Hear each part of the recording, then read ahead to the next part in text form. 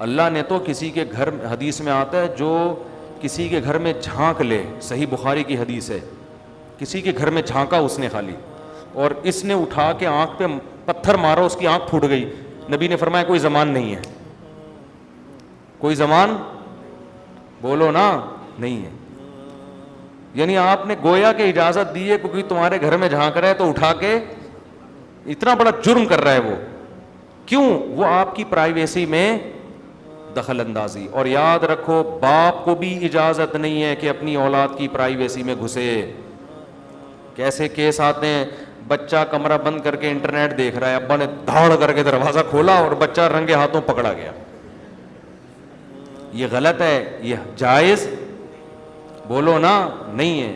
بھائی بیٹے کے راز پہ کیوں مطلع ہو رہے ہو؟ وہ گناہ کر رہا ہے، ٹھیک ہے، اس کا طریقہ اصلاح کیسے ہوگی؟ اصلاح کا طریقہ یہ ہے کہ آپ بیٹے کو بول دو کہ بیٹا میرا تمہارے بارے میں اچھا گمان ہے، تم کوئی غلط کام نہیں کرتے، لیکن دیکھو گھر میں ایک اصول بنایا ہوا ہے، کنڈی لگانے کی کسی کو اجازت نہیں ہے. کیونکہ میں بھی بغیر کنڈی لگائے بیٹھا کرتا تھا، میرے ابا نے بھی یہ قانون بنایا ہوا ہے. کنڈی لگانے کی، انٹرنیٹ دیکھنے کے لیے کنڈی کی لگانے کی اجازت نہیں ہے. اور بیٹا اگر تم نے دروازہ بند کیا تو میں کسی بھی وقت دھاڑ کر کے کھول سکتا ہوں، پھر حالات کے ذمہ، پہلے بتا دو اس کو، میں کسی بھی وقت دروازہ کھول سکتا ہوں. خفیہ کیمرے جب لگاؤ تو بتا دو کہ یہاں کیمرے لگے ہوئے ہیں. یہ بہت بڑی غلطی ہے کہ آپ کسی کے گناہ پر مطلع ہونے کے لیے چپکے سے کیمرے لگا دو اور پھر دیکھو یہ کیا کر رہا ہے. اس کی اجازت نہیں ہے، کیونکہ گناہ پر سزا دینا بھی اللہ کا کام اور پکڑنا بھی اللہ. آپ خدا بننے کی کوشش مت کرو، اچھا گمان رکھو سب سے. آپ کے اندر بھی تو بہت سے عیب ہوں گے، آپ چاہتے ہو کہ وہ لوگوں کو نہ پتہ چلے، تو دوسرے کے عیب میں کیسے گھس رہے ہو؟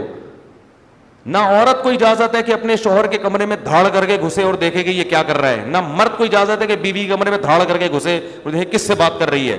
اگر شک ہے تو پہلے اطلاع دے دو. پہلے کیا کرو؟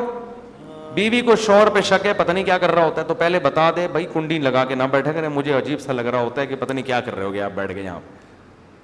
اور اگر اب بھی کنڈی لگائی نا تو حالات کے ذمہ دار آپ ہو. اس کو پہلے بتا دو، اچانک نہ کرو. ہمارے حضرت نے نا طلبہ کو چیک کرنے کے لیے اوپر دیوار میں ایک سوراخ کیا ہوا تھا، وہاں سے طلبہ کو دیکھتے تھے کیا کر رہے ہیں، لیکن پہلے بتا دیا تھا کہ دیکھو میں یہاں سے جھانک رہا ہوتا ہوں، ٹھیک ہے، تم لوگ کو دیکھتا ہوں کیا کر رہے ہو. یہ کتنی اچھی بات ہے، کیونکہ طلبہ کچھ بھی کر رہے ہو، کوئی ایسے بیٹھا ہوا ہو، کوئی ادھر کروٹ لے کے سو رہا ہے، جب انسان یہ سمجھتا ہے کہ میں اکیلا ہوں تو وہ تو کچھ بھی کر سکتا ہے نا. بہت سی چیزیں ایسی ہوتی ہیں جو انسان نہیں چاہتا، بہت سے اسٹائل انسان کے ایسے ہوتے ہیں جو نہیں چاہتا کہ میرا یہ انداز لوگوں کے سامنے جائے. تو خفیہ کیمرے لگا کے، ہاں گلیوں میں لگانا خفیہ کیمرے اس لیے جائز ہے کہ وہ تو اوپن جگہ ہے نا، وہاں تو کیوں تو ناک میں انگلی گھما کے گزر کیوں رہا تھا تو یہاں سے، تجھے پتہ نہیں ہے گلی محلہ یہ. کمروں میں، گھروں کے اندر، ایک آدمی نے کمبخت نے اپنے گھر میں کیمرہ لگایا ہوا اپنی بیوی کو چیک کرنے کے لیے. میں نے کہا یہ زیادتی ہے.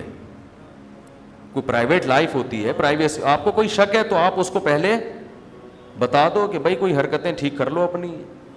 تو اس طرح سے لوگوں کی پرائیویسی میں بہت طویل ٹاپک ہے یہ، کس طرح سے لوگ گھستے ہیں. حضرت مولانا قاسم نانوتوی رحمۃ اللہ علیہ کا واقعہ ہے کہ سو رہے تھے نا، وہ سو نہیں رہے تھے، آنکھیں بند کر کے لیٹے ہوئے تھے.